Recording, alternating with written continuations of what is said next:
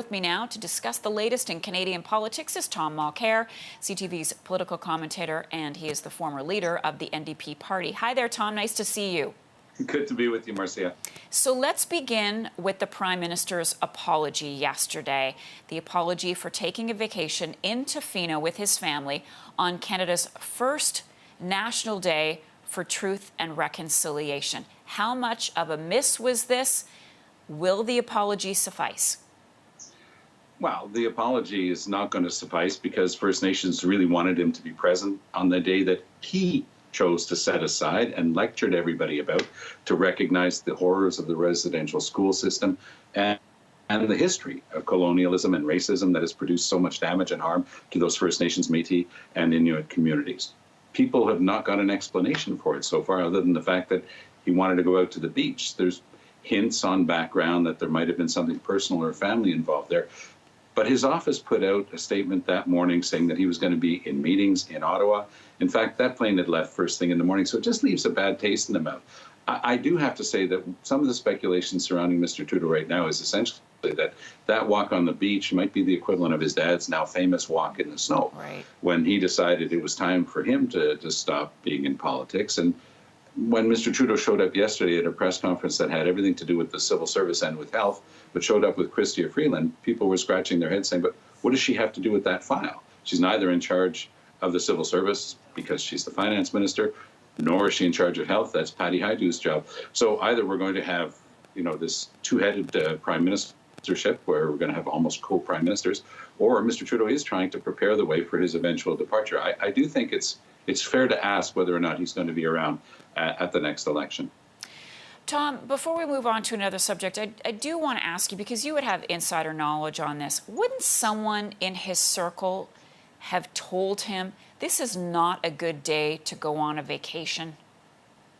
Yeah, but then you have to ask the simple question, who decides who's in his inner circle? And that's Justin Trudeau. So is he the type of leader who wants to have people there who tell him, go ahead, boss, do whatever you want, everything's going to be fine? And there are two types of people. There are those who are not afraid to speak truth to power, but you have to want to tolerate people like that around you. And I think that goes back to what we just learned today. I don't know if you had a chance to notice it, Marcia, but in the Journal de Montréal, Quebec's largest circulation French daily, there's a story by their investigative reporters that the house where he was staying, the 18-point-something million house in Tofino, it belongs to the wife, but it's connected to a man whose company is registered to lobby Mr. Trudeau with regard to cannabis, and who himself has been involved with people who have had serious problems, some of them south of the border, in their business dealings. So the question is, who in his circle didn't make the necessary investigations and requests for information at the wider circle around Mr. Trudeau, because the RCMP, of course, is not in the PMO,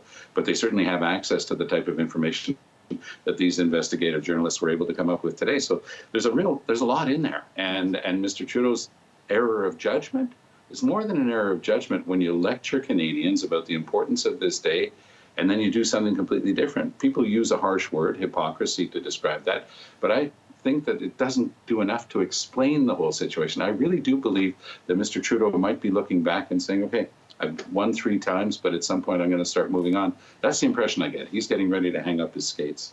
Interesting. Meantime, we have leadership reviews going on. We are going to be hearing from Jagmeet Singh at 10:30 Eastern today with something, but we know that he has asked his caucus to do a thorough post-mortem on the election campaign.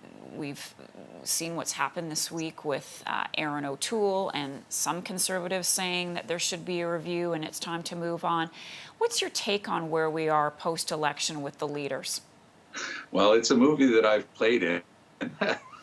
Parties behaving badly with their leaders after an election, so I'll go at it delicately, but I have to say that I think that Aaron O'Toole is being underestimated by people.